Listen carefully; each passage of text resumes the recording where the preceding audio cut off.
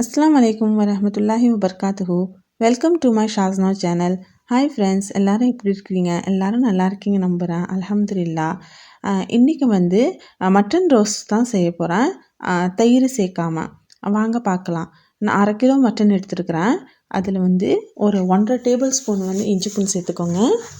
உப்பு 1/2 டீஸ்பூன், மஞ்சத்தூள் 1/2 டீஸ்பூன், எண்ணெய் 1 டேபிள் ஸ்பூன், கொஞ்சோண்டு தண்ணி ஊற்றி நல்லா கலந்து விட்டுருங்க.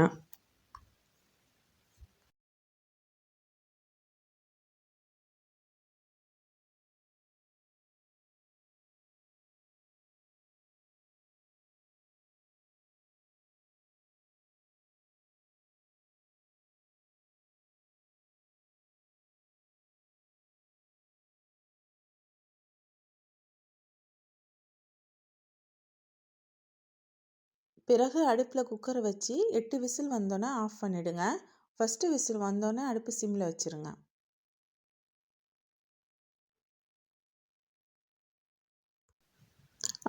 வெங்காயம் தக்காளி கட் பண்ணிக்கலாம்.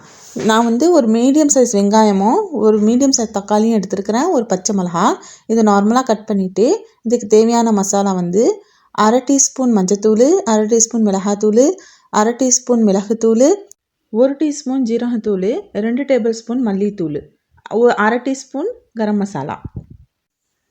உப்பு ஏற்கனவே 1/2 டீஸ்பூன் நம்ம இறைச்சி வேக வைக்கும்போது சேர்த்ததுனால இதில் 1/2 டீஸ்பூன் கணக்காக மட்டும் சேர்த்துக்கோங்க. உப்பு உங்களோட டேஸ்ட்டு தான்.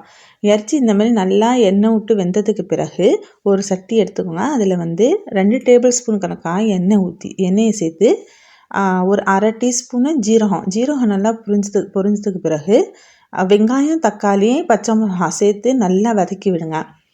வதக்குனதுக்கப்புறம் இஞ்சி பூண்டு சேர்க்க வேணாம். இஞ்சி பூண்டு ஏற்கனவே இறைச்சியில் நம்ம கொடுத்ததுனால வெறும் மசாலாவை மட்டும் நல்லா சேர்த்து நல்லா கிண்டி விட்டுட்டு எண்ணெய் விடுற வரைக்கும் நல்லா கிண்டி விடுங்க.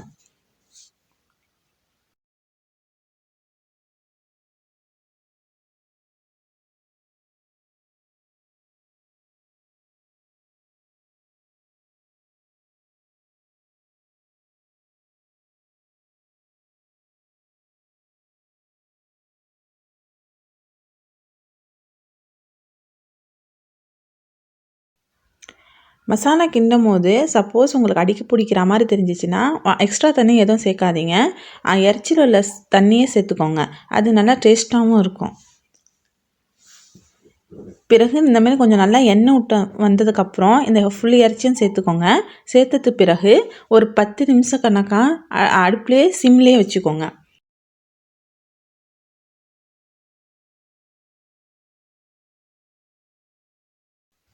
நடுவில் 2-3 தடவை கிண்டிக்கோங்க.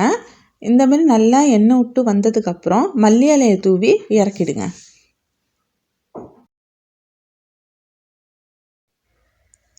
இந்த வீடியோ பிடிச்சிருந்தா லைக் பண்ணுங்கள், ஷேர் பண்ணுங்கள், சப்ஸ்கிரைப் பண்ணுங்கள்.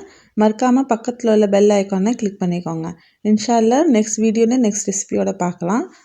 அஸ்ஸலாமு அலைக்கும் வரஹ்மத்துல்லாஹி வபரகாத்துஹு.